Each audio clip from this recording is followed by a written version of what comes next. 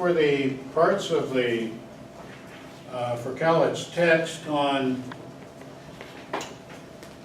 look for genetics and evolution. Look for these topics: genetics and evolution and heredity.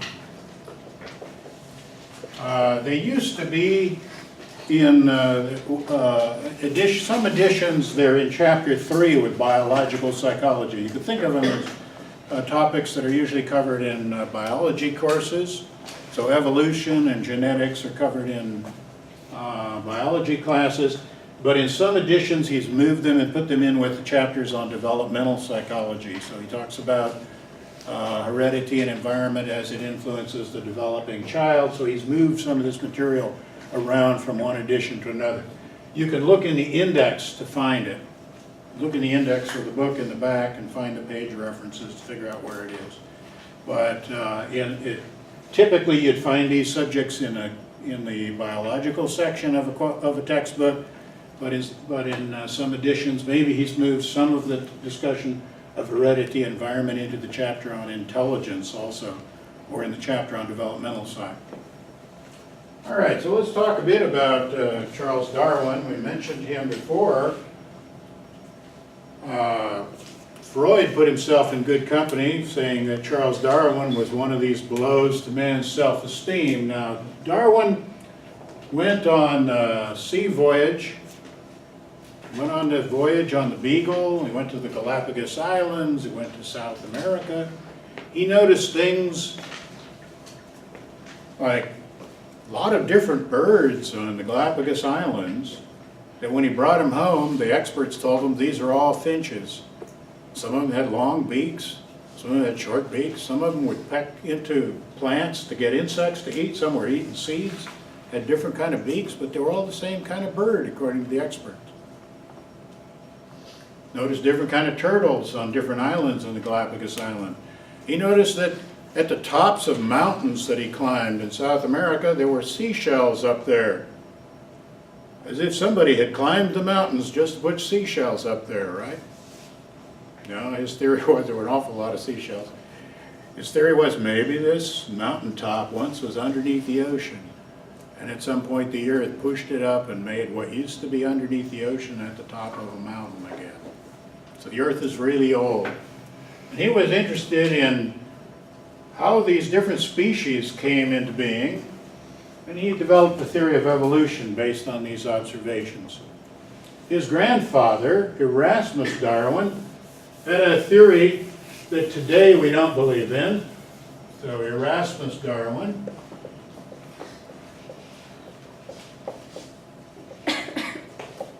he's the grandfather of Charles Darwin. He had the theory that a giraffe, spends its day reaching up to get leaves, and that stretches its neck every day. And by stretching its neck every day, it grows a long neck, and then it passes on its longer neck to its children.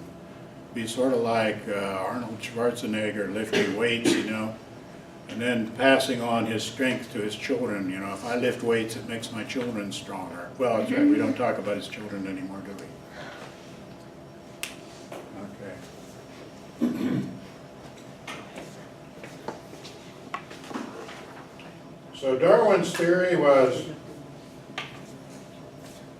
the joke, she's explaining the jokes. You shouldn't have to explain the joke. The joke was he had some illegitimate kids with his housekeeper, right? His wife wouldn't sleep with him, and eventually they got separated and everything because of this scandal involved. And while he was governor, he was fooling around with this woman and had children out of wedlock with her, and it was a scandal. But that's all you see on television these days, right? On the news is what scandal something is going to have. That people aren't being informed properly about measles or anything else, Darn it. All right. So we don't believe that Arnold can lift weights and pass on strength to his children. I mean, he was a weightlifter also. For those of you who didn't know, he got started in life as a bodybuilder and a weightlifter, and he had big muscles in his youth. That was like a long time ago for you people. Right? Like before their time. That's before their time. They haven't seen the Terminator movies or any of these others. Right? So, this is before their time also, but still have to read about it.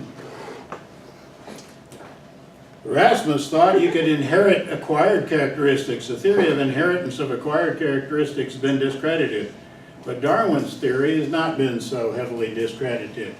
He believed in three things, basically. Here's his theory of evolution. First off, you have variability. Not all animals within a species have exactly the same height or the same weight or the same, if they're birds, the same length of their beak or the same thickness of their beak or the same thickness of their toenails.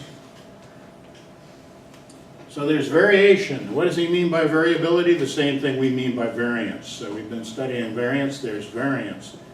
All characteristics within a species show variance.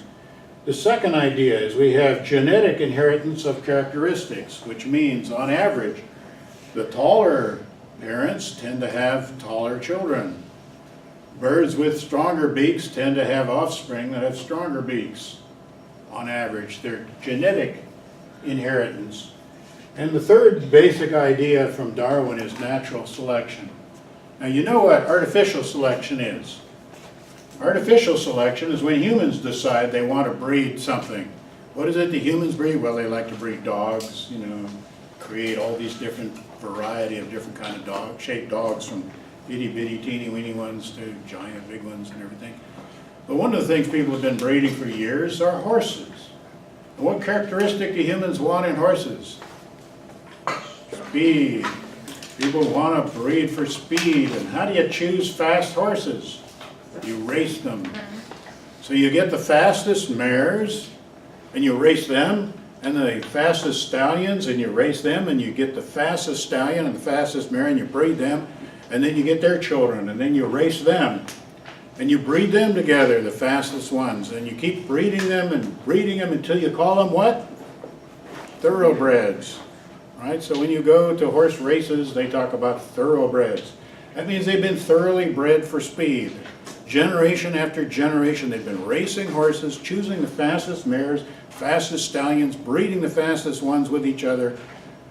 But Darwin says, well, that's just what humans do, but nature has been doing that all along. Right? What happens to a slow horse in nature? It gets caught and eaten, right? So something begins chasing, if wolves begin chasing these horses in the wild, which is the one that ends up getting caught? The one that's the slowest gets caught.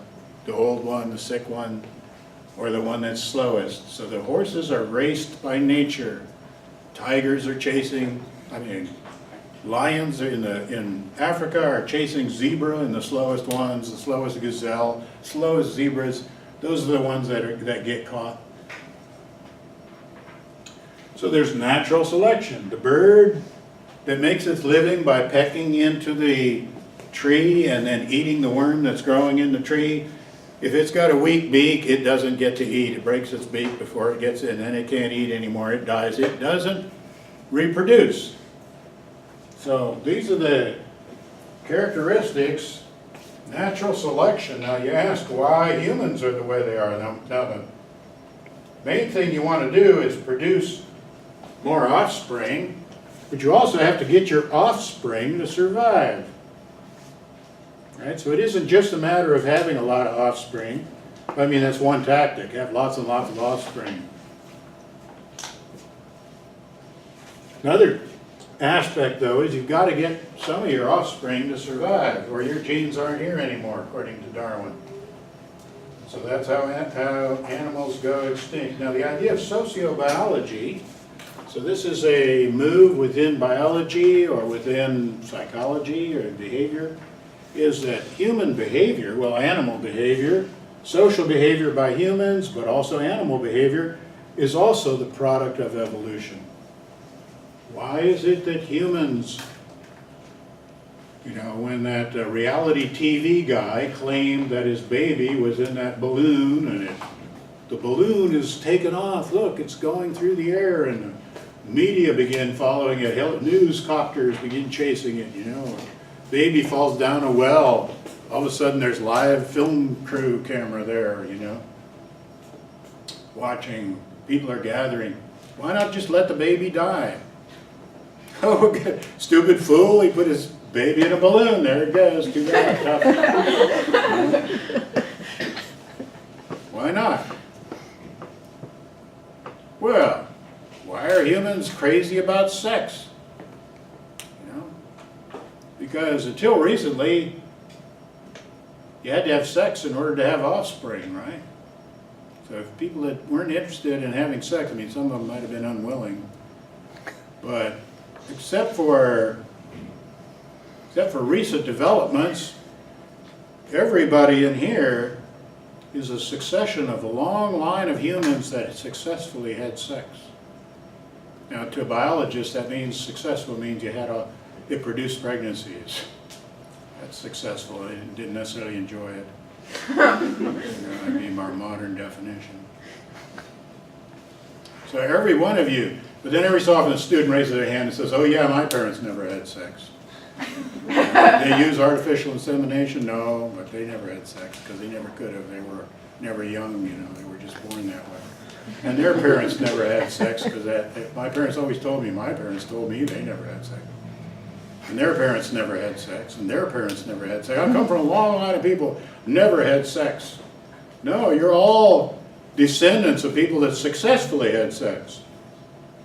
And successfully did the following thing too. So not only did they have sex successfully, but they kept their babies alive successfully.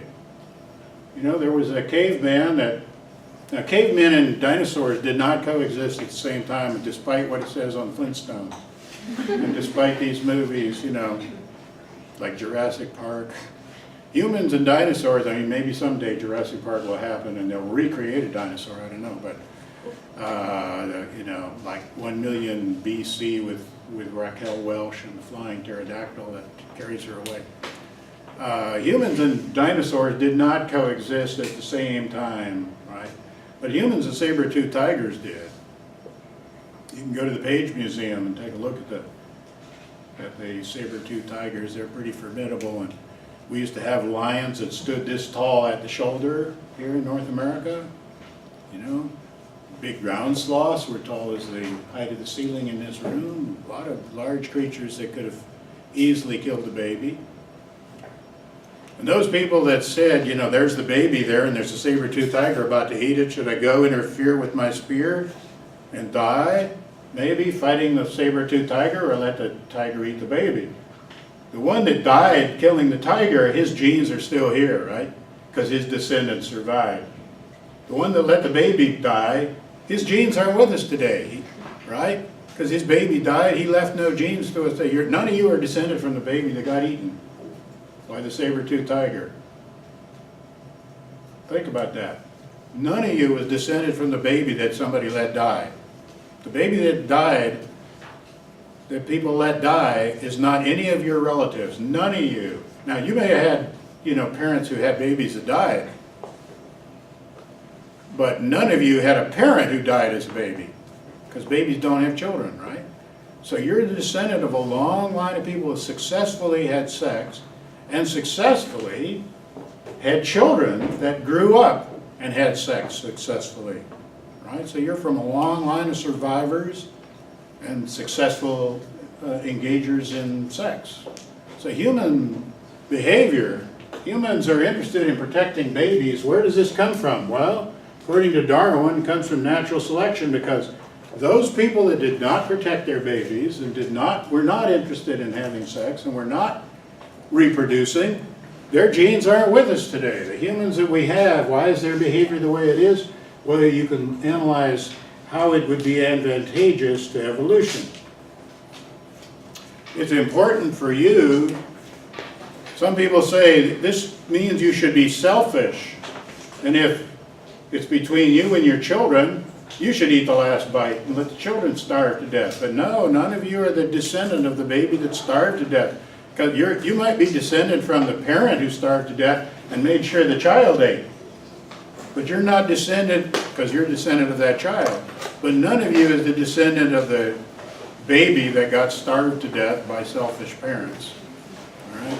So that's the basic idea of Darwin's theory of evolution. Well, we'll continue next time.